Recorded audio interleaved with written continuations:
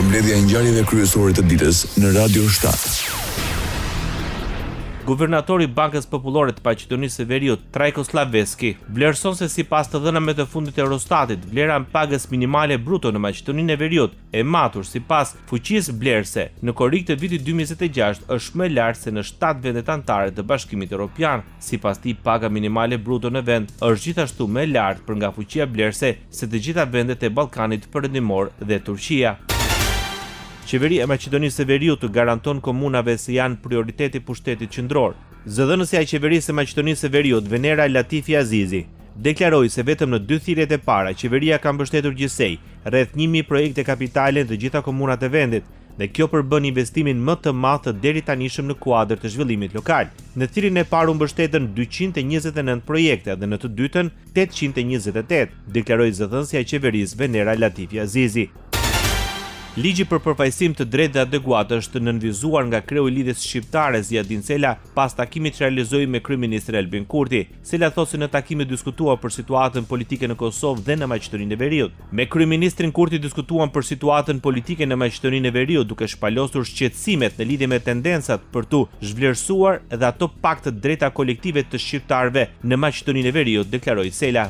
Krahas asaj, në bashkëbisedim është shprehur interes dhe për rrjedhën e projekteve infrastrukturore si rruga Shkup-Blac dhe ajo Tetov-Prizren.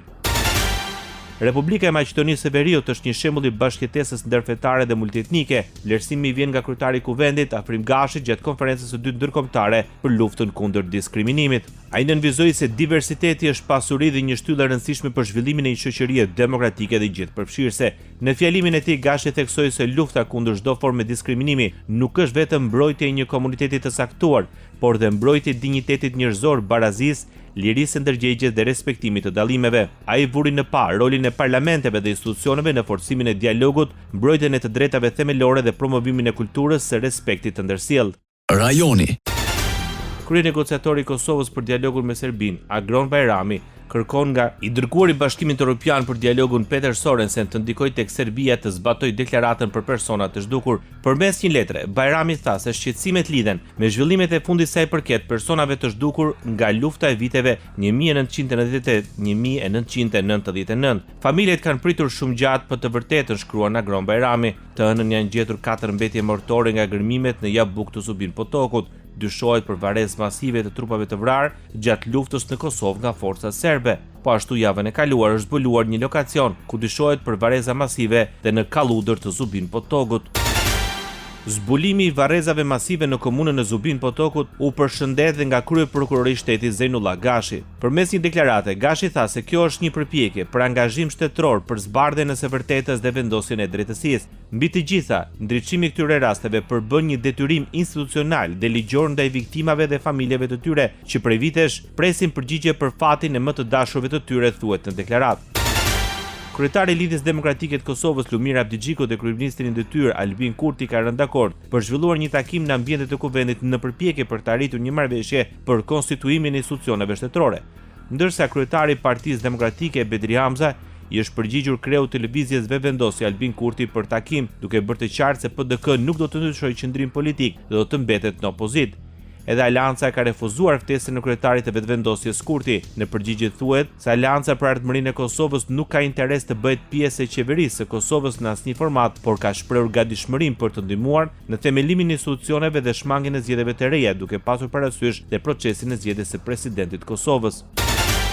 Lista serbe kundërshton në gjykatën kushtetuese të Kosovës ndarjen e një mandati të rezervuar për komunitetin serb të fituar nga Nenad Rashić. Sipas listës serbe, institucionet zgjedhore dhe ato gjyqësore nuk kanë garantuar mbrojtje kushtetuese të vendeve të rezervuara për komunitetet jeshumicë. Lista serbe argumenton se mandatet e rezervuara janë garanci kushtetuese për përfaqësim autentik të komuniteteve dhe jo privilegje formale. Më 7 korrik, Gjykata Supreme hodhi poshtë ankesën e listës serbe, e cila pretendonte se partia e Nenad Rashićit e kishte siguruar mandatin e garantuar kryesisht fal votave të marra në komunat me shumicë shqiptare. Hapet gara për rekrutimin e punëtorëve të rinj në Kosovë. Me 7 vota pro, Këshilli Prokurorial mori vendimin për shpalljen e konkursit.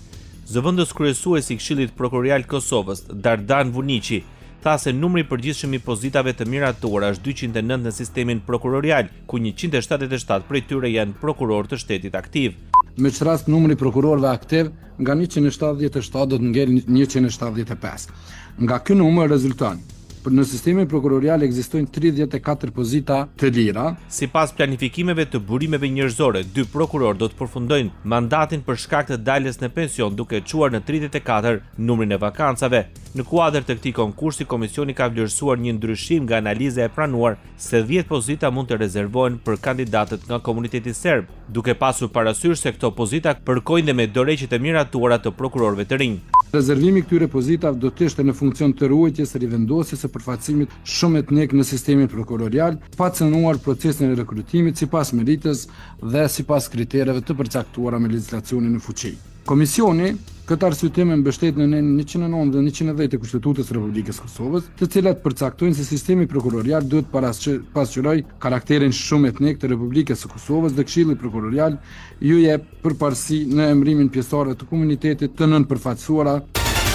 Ministria e Jashtme e Malit të Zi premton se nismat për mosnjohjen e Kosovës nga kuvendet komunale nuk kanë ndikim në politikat shtetërore. Në njoftimin e Ministrisë së Jashtme thuhet se sa i përket vendimeve të miratuara nga disa kuvende komunale lidhur me njohjen e Republikës Kosovës, dëshirojmë të theksojmë se njësitë e vetëqeverisjes lokale nuk kanë as kompetencë kushtetuese dhe as ligjore në fushën e politikës së jashtme, e po ashtu nuk janë të autorizuara të miratojnë akte që prodhojnë çfarëdo efekti sipas të drejtës ndërkombëtare.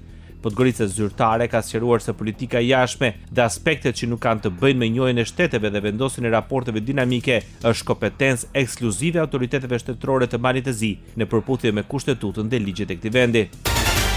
Drejtoria e Inspektoriatit e Komunës së Prishtinës ka njoftuar se asnjë objekt nuk do të lejohet të vihet në përdorim pa përfunduar inspektimin final dhe pa u pajisur me certifikatën e përdorimit. Synohet mbrojtja e jetës, shëndetit dhe sigurisë së qytetarëve. Sipas njoftimit, ky detyrim vlen për objektet individuale dhe kolektive të banimit, ndërtesat banesore aferiste, objektet afariste industriale publike, si dhe të gjitha objektet e kategorisë së parë dhe të dytë që janë në kompetencë të Inspektoriatit të Ndërtimit të Kryeqytetit. Radio 7, zëri pozitiv i qytetit.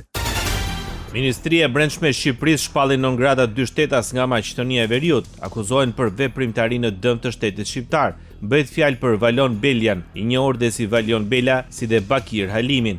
Vendimi është marrë në kuadër të masave të autoriteteve shqiptare ndaj personave që konsiderohen se përbëjnë rrezik për sigurinë kombëtare, ndërsa për të siguruar të dhëna ndaj tyre është punuar nga Agjencia Antiterrorit në Policinë e Shtetit. Disa javë më parë u shpall non grata dhe shtetasja Iqbal Huduti pas pjesëmarrjes në protestat antiqeveritare. Më shumë se 14 milion përpjekje për sulme kibernetike e regjistruar në 6 mujonin e parë të vitit 2026 në institucioneve shqiptare. Autoriteti kombëtar për sigurinë kibernetike informoi se gjatë periudhës janar-qershor janë regjistruar gjithsej rreth 14.6 milion tentativa për sulme kibernetike ndaj infrastrukturave të ekosistemit kibernetik shqiptar. Sipas të dhënave të publikuara nga autoriteti kombëtar, ky volum përkthehet në mesatërisht rreth 56.4 përpjekje për sulme kibernetike çdo minutë. Tentativat për sulme kanë prekur sektor të ndryshëm, mes tyre sektorin financiar, administratën publike, infrastrukturën digjitale, sektorin energjetik si dhe sektor të tjerë me rëndësi për funksionimin e vendit. Shtetet e Bashkuara të Amerikës ratifikojnë marrëveshjen në UAS prej $302 milion ndaj Shqipërisë për investimet në mbrojtje. Departamenti Amerikan i Shtetit ka njoftuar zyrtarisht se kjo UA do të mbështesë Shqipërinë për përmbushjen e shpenzimit të 5% të prodhimit të brendshëm brut të përmbrojtjen deri në vitin 2035. Gjithashtu, sipas Departamentit Amerikan të Shtetit, huaja do të forcojë aftësinë e Europës për të udhëhequr vetë në fushën e mbrojtjes. Huaja pritet të ndihmojë në modernizimin e forcave të armatosura të Shqipërisë, duke mbështetur blerjen e kapaciteteve kryesore me origjinë amerikane, do të forcoj aftësinë e Europës për të udhëhequr vetë në fushën e mbrojtjes.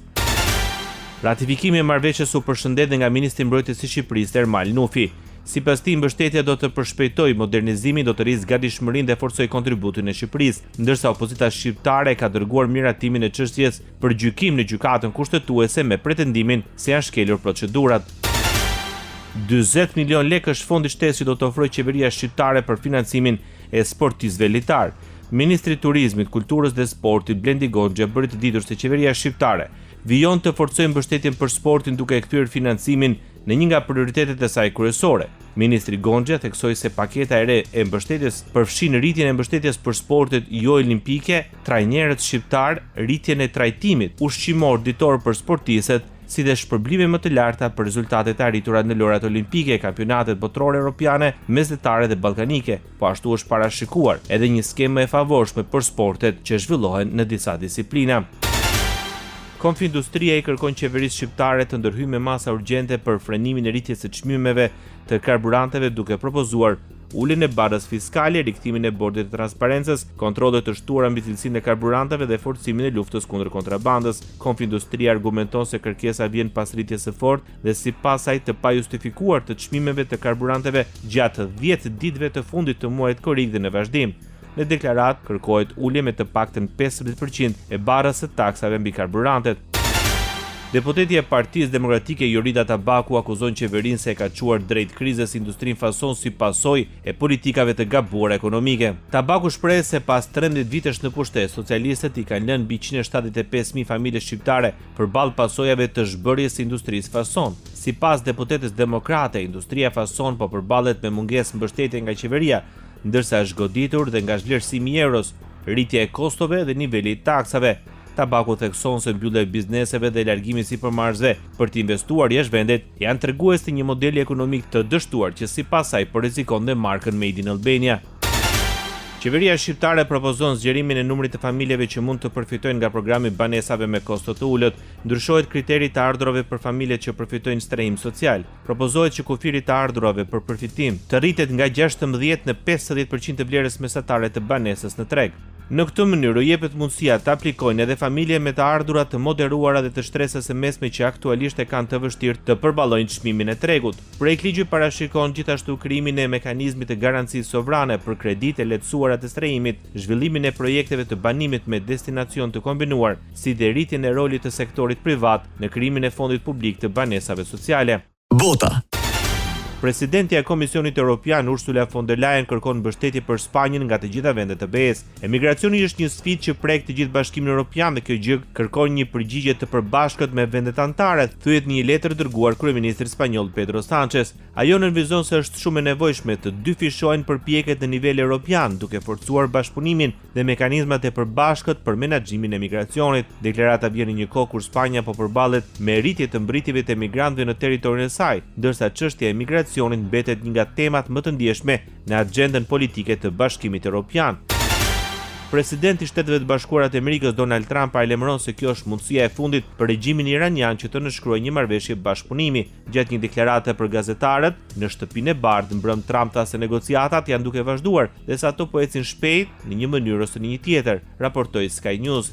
Sipas tij, SBA është e gatshme të sulmojë Iranin më fuqishëm se çdo sulm ushtarak që nga lufta e dytë botërore, ndërsa më herët ai urdhëroi ushtrinë të ndalojë sulmet. Trump gjithashtu deklaroi se Irani nuk do të vendosë tarifa kalimi në ngushticën e Hormuzit.